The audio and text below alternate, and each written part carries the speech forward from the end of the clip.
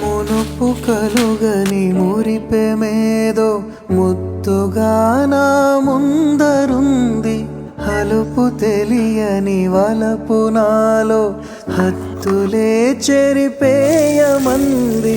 లేనిదేది నాకు లేదను తలపు ఉండేది. ఇంతలో నీ పరిచయం ఒక లోటు తెలిపింది. నువ్వే కావాలని కలవాలని కలగాలని ప్రియా నా ప్రాణమే మారాము చేసింది.